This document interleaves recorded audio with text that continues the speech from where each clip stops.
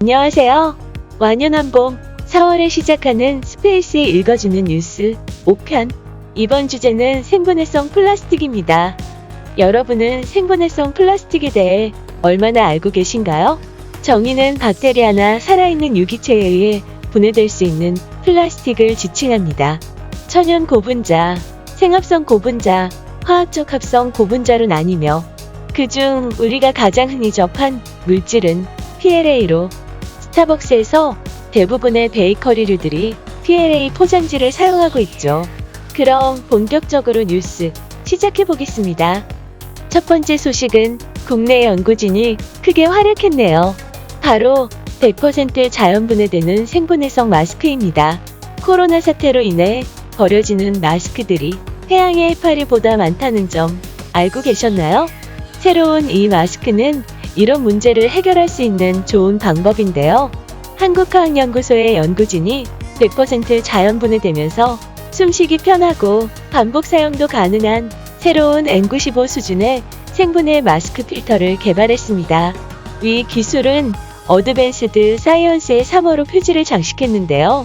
기존의 마스크는 겉감과 안감, 귀걸이는 면 소재이지만 필터는 폴리프로필렌으로 만들어져 흙에서 썩지 않는데요. 개발된 생분해 마스크는 폐비화 조건에서 한 달 안에 100% 자연분해가 가능합니다. 기존 마스크는 정전기 필터 방식과 채로 입자를 거르는 물리적 방식이 사용되었는데요. 정전기 방식은 습기에 취약해 오랜 시간 반복 사용이 어렵다는 문제가, 채 방식은 숨쉬기가 힘들다는 한계가 있습니다. 생분해 플라스틱인 폴리부틸렌 숙신에이트를 자체 기술력으로 튼튼하게 보완한 다음 이를 가느다란 나노 섬유와 마이크로 섬유 형태로 뽑은 뒤 겹쳐 부직포를 만들고 이 부직포를 키토산 나노위스커로 코팅하여 최종 필터를 완성했습니다. 나노 섬유와 마이크로 섬유를 겹침으로써 채 방식의 단점인 숨쉬기를 보완하고 키토산 나노위스커를 코팅하여 바이러스나 미세먼지 등이 잘 달라붙도록 했습니다. 키토산의 양전하가 음전하인 바이러스나 미세먼지를 잘 걸러내어 여러 번 사용도 가능합니다.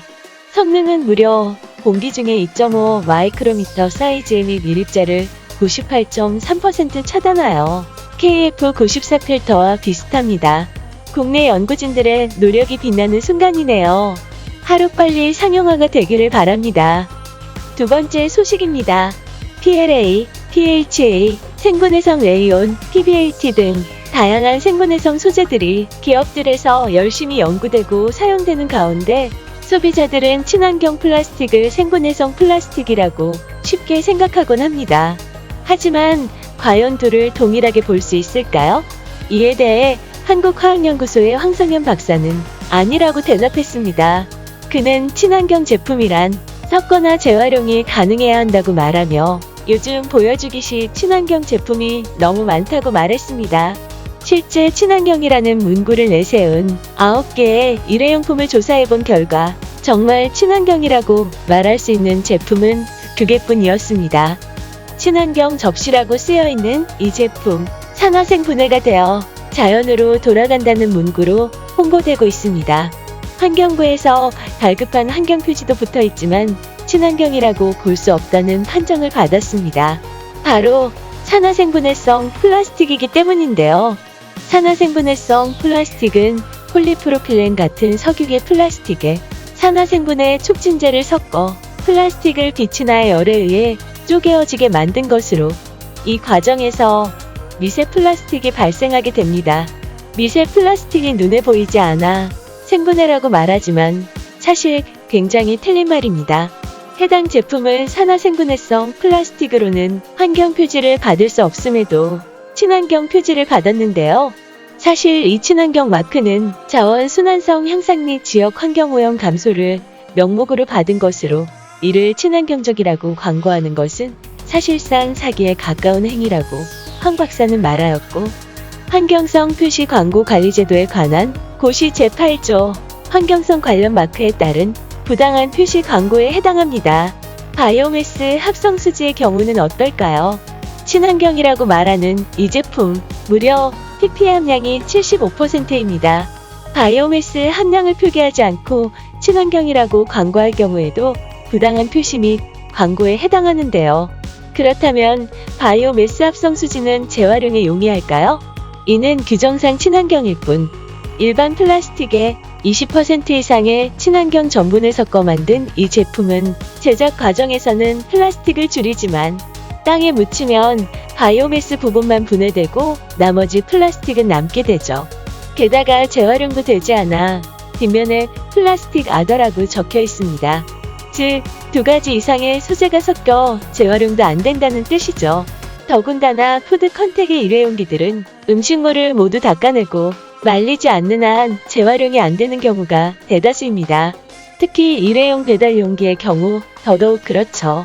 그 외에도 노란 포장 재질만 PLA인 50%짜리 친환경 수세미와 내부 티백은 PLA이지만 플라스틱 재질로 개별 포장된 다시백이 친환경이 아닌 사례로 들어졌습니다. 그렇다면 진짜 친환경으로 인정받은 2개의 제품은 과연 100% 괜찮았을까요? 아쉽게도 그렇지 않았습니다.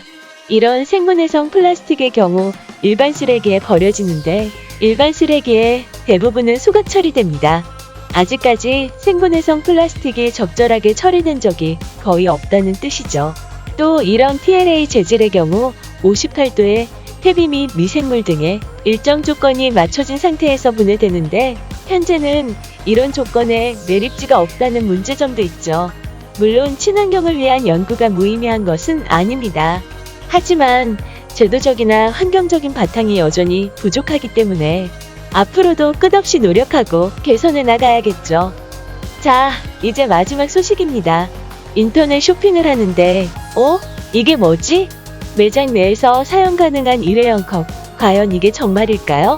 2021년 2월, 환경부에서 자원재활용법이 시행되었습니다.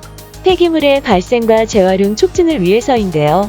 제10조 일회용품 사용 억제 등에 대한 법률을 보면 매장 내 일회용품 사용을 억제하고 무상 제공하지 않아야 한다는 문구가 있습니다. 하지만 앞에서 나온 PLA 아이스컵, 매장 내 사용이 가능하다고 하는데 과연 정말 가능할까요? 답은 땡! 틀렸습니다. 무상 제공은 가능하지만 매장 내 사용허가 혹은 사용업체의 예외는 아닙니다.